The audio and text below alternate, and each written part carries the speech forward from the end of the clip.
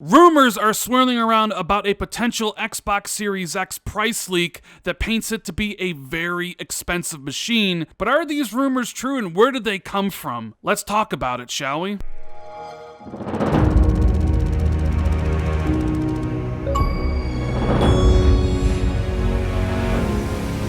What is going on, everybody? It's Randall Thor 19, the man with the million, back again with another video. Hope everyone's enjoying their weekend. If you guys could do me a big favor, make sure you hit the like and subscribe button, and maybe share this video out on social media. I really appreciate it. Thank you guys for all the support. The Xbox Series X will be on store shelves in about 3 months from now, but there's 3 very important things we as consumers still don't know about the Xbox Series X. The first being, when is it going to be available? We know it's launching in November, but we don't know the exact date. 2, when can I actually pre-order this machine? And 3, probably the most important, how expensive is the Xbox Series X going to be? But suddenly this week, there was an uptake in conversation regarding the Xbox Series X price and how it might be more expensive than you were thinking, around $599, thanks to a contest that's scheduled to run at the end of the year, and some prominent industry figures talking about how expensive this next generation could end up being. Now, first up, we have a contest that Monster Energy Drink is running for the end of the year. They're partnering with Xbox to kind of promote the Series X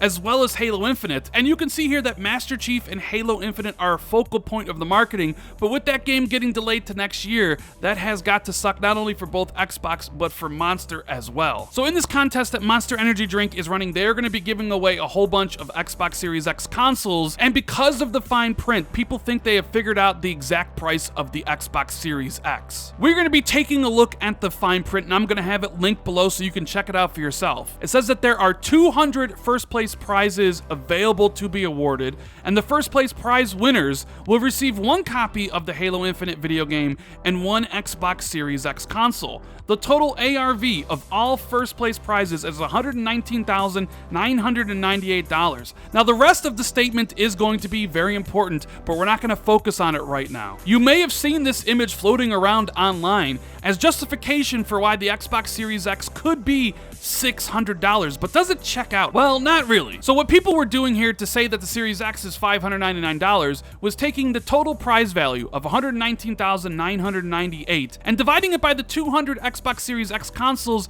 that the contest was going to be given away. So if you take those 2 numbers and divide them, it does come out to be $599, and everybody was spreading it. Oh my god, the Xbox Series X is going to be so expensive, but that doesn't tell the whole truth. Now, what people aren't mentioning, whether deliberately or just by ignorance, is that not only are the winners going to receive the Xbox Series X console, but they also get 1 copy of the Halo Infinite video game. And as far as we know, Halo Infinite's gonna cost some money, and I can pretty much guarantee it. Sure, the multiplayer will be free to play, but the campaign is gonna cost money. So whether Halo Infinite's gonna cost $30 when it comes out, $60, or have some special Ultra Edition that costs $100, you have to take into account the price of this when figuring out what the total value is per winner. Well, you see, you take the $119,000 and you divide it by the 200, and boom, you have the price of Series X. It's $600 confirmed. Suck it, Xbox. But of course, they don't want to figure in the cost of Halo Infinite, whether it's $30, $60, or $100, significantly changes the end value. So if it's $30, then it's $570. If it's $60, it's $540. And if they're going to give you some Ultra Edition of Halo Infinite, well, all of a sudden it's all the way down to $499. So all this begs a simple question. Is using this contest a valid way to figure out how much the Xbox Series X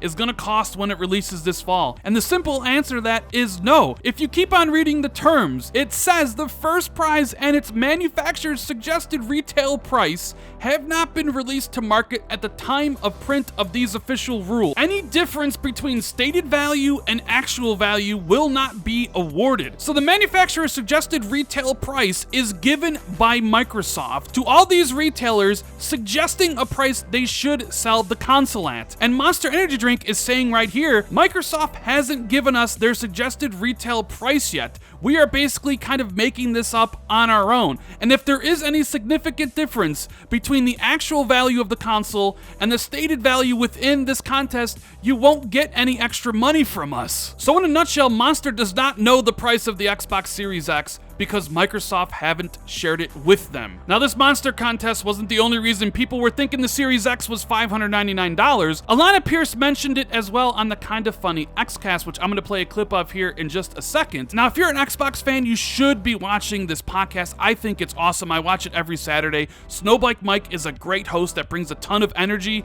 Alana Pierce is always insightful when she talks about the video game industry, and Gary Whitta kind of cuts to the chase and tells you how he feels about certain things. I did also have someone who works at a retail store DM me a picture of their work screens where it said that the price, it said November was the release date, and it said the price of the Xbox Series X was $599. And that was in their system, and he sent me a photo of that. Guy obviously asked to stay anonymous, but that happened too. So, but again, those can also be placeholders.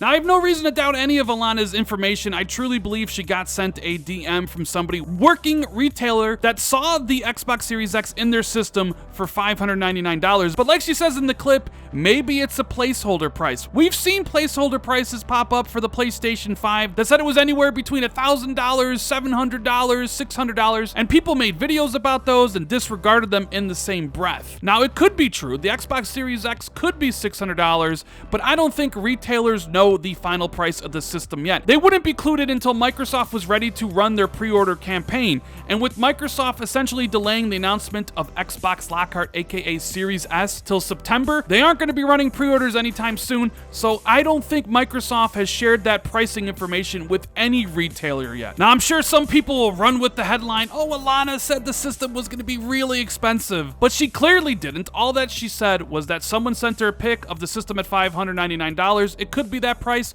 or maybe it's a placeholder. So we have the Monster Energy Drink contest that people were sharing that proved the Series X was $600. We have Alana Pierce in a clip talking about Series X and how it could be $599, although she thinks it might be a placeholder price. And here in this next clip, we have Digital Foundry talking about potential prices for not only Series X, but also the PlayStation 5. So rumors I've heard and various other suggestions on the back, like we don't know the price of these machines, but at least on the PS5 side, it does seem like if any of those things are to be believed, it could be a very expensive machine, like very expensive machine. And based on what we know about the Series X, it's probably also going to be very expensive. So I think it does kind of, I hope I'm wrong, but it does kind of seem like they're targeting the well over 500 mark, maybe up to like 600 or more even, who knows. But like, it just, unless they're willing to take a bath on production costs, it does kind of seem like this is going to be a more expensive generation than we've seen before. And in that sense, I can see why there would be a lower end Xbox, which is different to the Sony strategy where they have two PlayStation 5s, but one is lacking the disc drive, but otherwise they're pretty much the same. That disc drive isn't going to save a lot on cost. But maybe they can afford to sell it cheaper if they believe they'll make it up with digital purchases. Like, it's really hard to say, but I am concerned about the overall cost between all of these machines. Yeah. I also think the overall cost thing is why they're avoiding to talk about it is maybe not to one up the other manufacturer like PlayStation, like they come out the price first and then Xbox come out with a slightly lower price. Could be that, but also breaking the bad news that this generation is indeed more expensive is something that maybe both don't want to do just yet. Well, look, I personally think that if they go much over $500 or go over $500 at all, then there's going to be some profound issues with take up there, because that is really expensive. But on the flip side, smartphones are getting more expensive. If there was a route towards cheaper performance graphics capabilities, we would have seen it with Navi, AMD Navi. You know, they were able to pivot on price with Zen. They weren't able to produce a game-changing price point for Navi. Generally, the cost of making consumer electronics that are more advanced is going up.